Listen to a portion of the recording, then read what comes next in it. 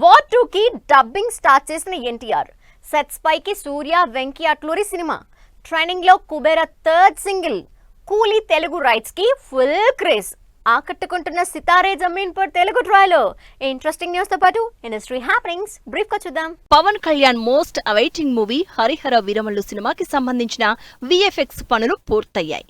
Visual wonder గా ఈ cinema ఉంటుందని విఎఫ్ఎక్స్ ఏఐ జహ్రా స్టూడియో తెలిపింది.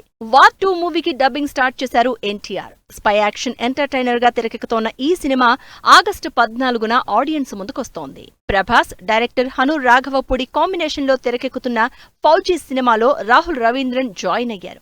పిరియాడికల్ లవ్ బ్యాక్ డ్రాప్ లో ఈ సినిమా తెరకెక్కుతోంది. Super star Rajinikanth Coolie cinema Telugu theatrical rights కి భారీ డిమాండ్ ఏర్పడింది. ఈ రైట్స్ కోసం అన్నపూర్ణ స్టూడియోస్ ప్రొడ్యూసర్ నాగవంశీ పోటీ పడుతున్నట్టు తెలుస్తోంది. కుబేర మూవీ నుంచి రిలీజ్ అయిన థర్డ్ సింగిల్ ట్రెండింగ్ లో దూసుకుపోతోంది. పాన్ ఇండియా సినిమాగా తెరకెక్కిన ఈ మూవీ ఈ నెల 20న థియేటర్స్ లోకి వస్తుంది. వెంకీ అట్లూరి డైరెక్షన్ లో తెరకెక్కుతున్న సూర్య 46వ సినిమా రెగ్యులర్ షూటింగ్ స్టార్ట్ అయింది.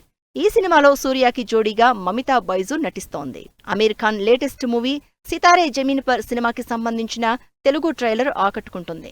ఈ సినిమా ఈ నెల 20న ఆడియన్స్ ముందుకొస్తోంది. Aadi Sai Kumar Shambala movie teaser ఆకట్టుకుంటోంది.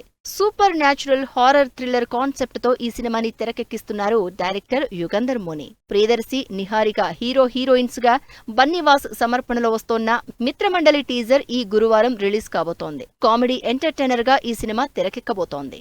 కవిన్, అపర్ణదాస్ జంటగా నటించిన తమిళ సినిమా డాడాని తెలుగులో పాపా పేరుతో తీసుకువస్తున్నారు.